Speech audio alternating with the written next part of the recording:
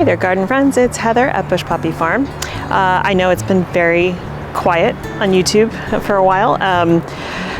I've been not well, but also working in a client's yard to doing some garden renovation. So I'll show you a couple before and after photos here. But I'm trying to finish up planting today. Then we're almost done with this project. So I'll show you what we've done so far.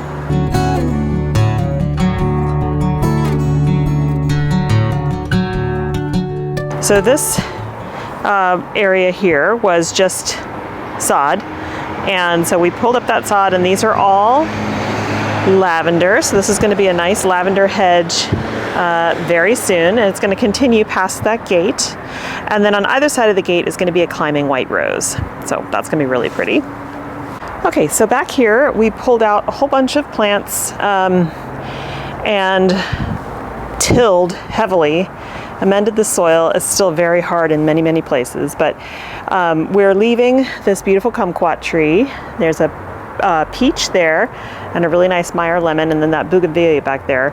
We are putting in forsythia, yarrow, replanting these two Russian sage. That one definitely needs water, clearly. And then also going in our iceberg ranunculus, vintage white and apricot straw flower, and two types of bulbs, narcissus, replete and apricot whorl.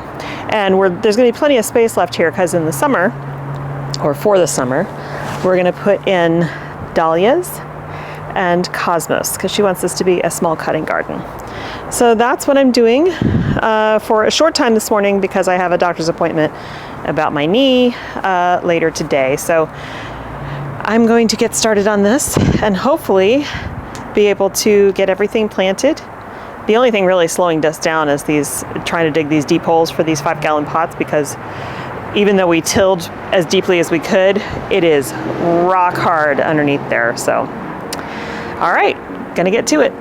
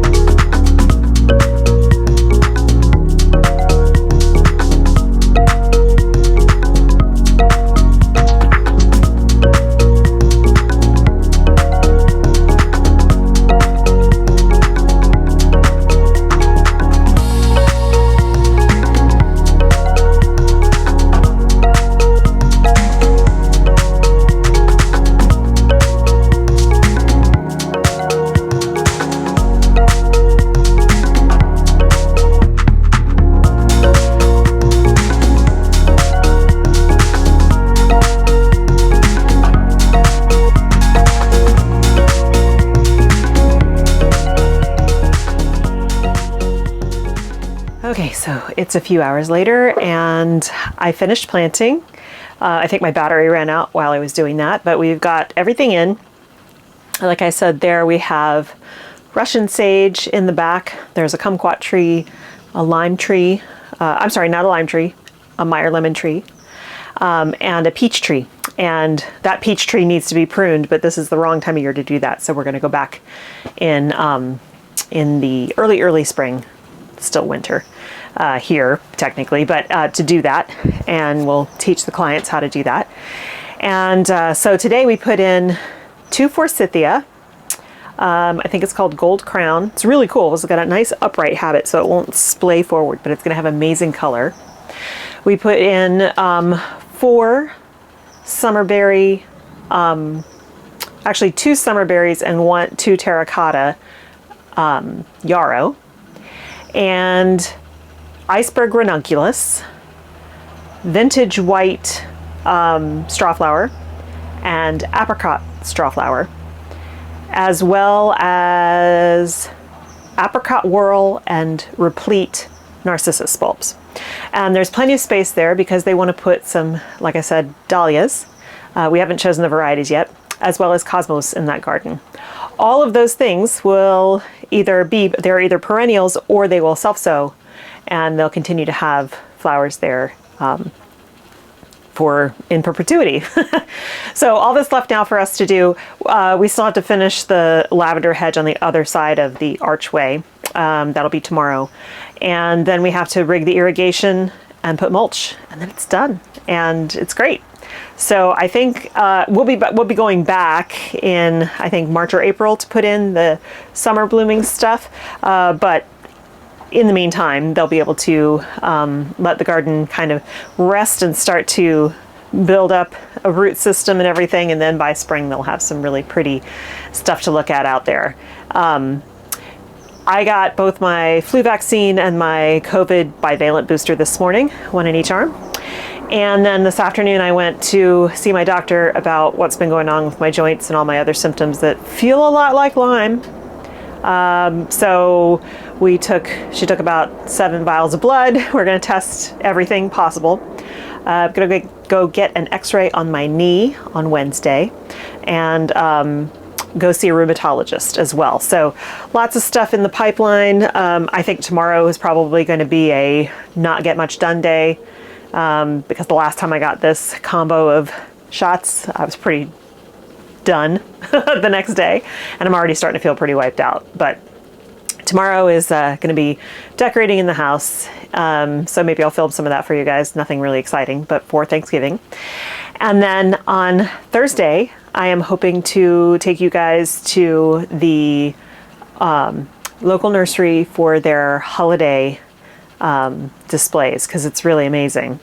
And then also coming up, I'm going to be setting up the greenhouse for water collection.